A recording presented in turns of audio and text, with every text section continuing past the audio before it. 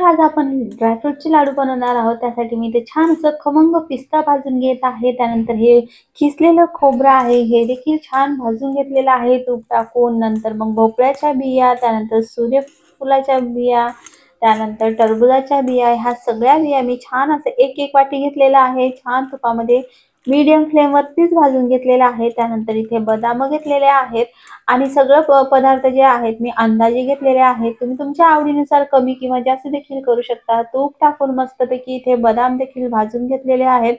त्यानंतर मग मी अक्रोड देखील छान असं तूप टाकून भाजून घेतलेले आहेत। अक्रोडला न विसरता तुम्ही तूप टाकून छान भाजा, नाही तर थोडेसे करवट होतात आपले लाडू।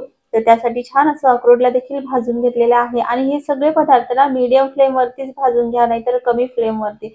हाय फ्लेम केला ना थोडेसे करपू शकतात आणि करपले ना पूर्ण ड्रायफ्रूटची चव जाते। एवढे महागडे सगळे पदार्थ वाया नको जायला, तर त्यासाठी फ्लेम कमी करून छान असं खमंग भाजून घ्या। लाडू छान टिकतात आणि ना पौष्टिक देखील आहेत आणि हेल्दी देखील आहेत, खायला देखील ना टेस्टी लागतात।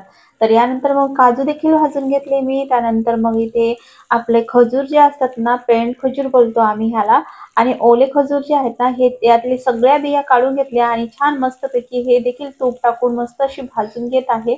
भाजून घेतल्यानंतर सगळेच पदार्थ आपल्याला भाजून घेतल्यानंतर आपल्याला मिक्सर थंड होऊ द्यायचे आहे छान, आणि थंड झाल्यानंतरच मिक्सर मधून फिरून घ्यायचे आहेत।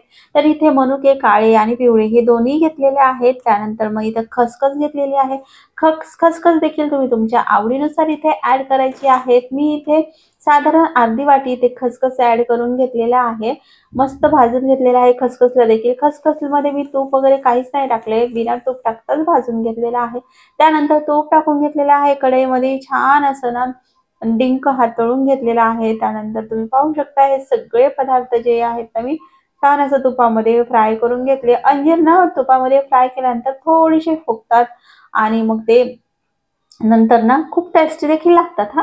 तर त्यामुळे अंजीरला देखील न विसरता तुम्ही ड्रायफ्रूट लाडू मध्ये ऍड करा। आणि मी इथे बिलकुलही गुळाचा किंवा साखरेचा उपयोग न करताच हे छान लाडू बनवलेले आहेत आणि गोड देखील होतात। कशामुळे ते सांगते। इथे आपण मनुके वापरलेले आहेत, खजूर वापरले आहेत, अंजीर वापरलेला आहे, तर हे देखील सगळं गोड गोड असतं ना, तर त्यामुळे ना मस्तपैकी गोड झालेला आहे। जर तुम्हाला जास्त गोड थोडंसं हवं असेल तर तुम्ही यामध्ये खजूर थोडेसे वाढवायचे आहे। तर मी इथे सुके खजूर तर टाकलेलेच नाहीयेत, कारण की माझ्याजवळ नव्हते। तर तुमच्याजवळ असतील ना तर तुम्ही सुके खजूर देखील यामध्ये तुपामध्ये भाजूनच ऍड करा।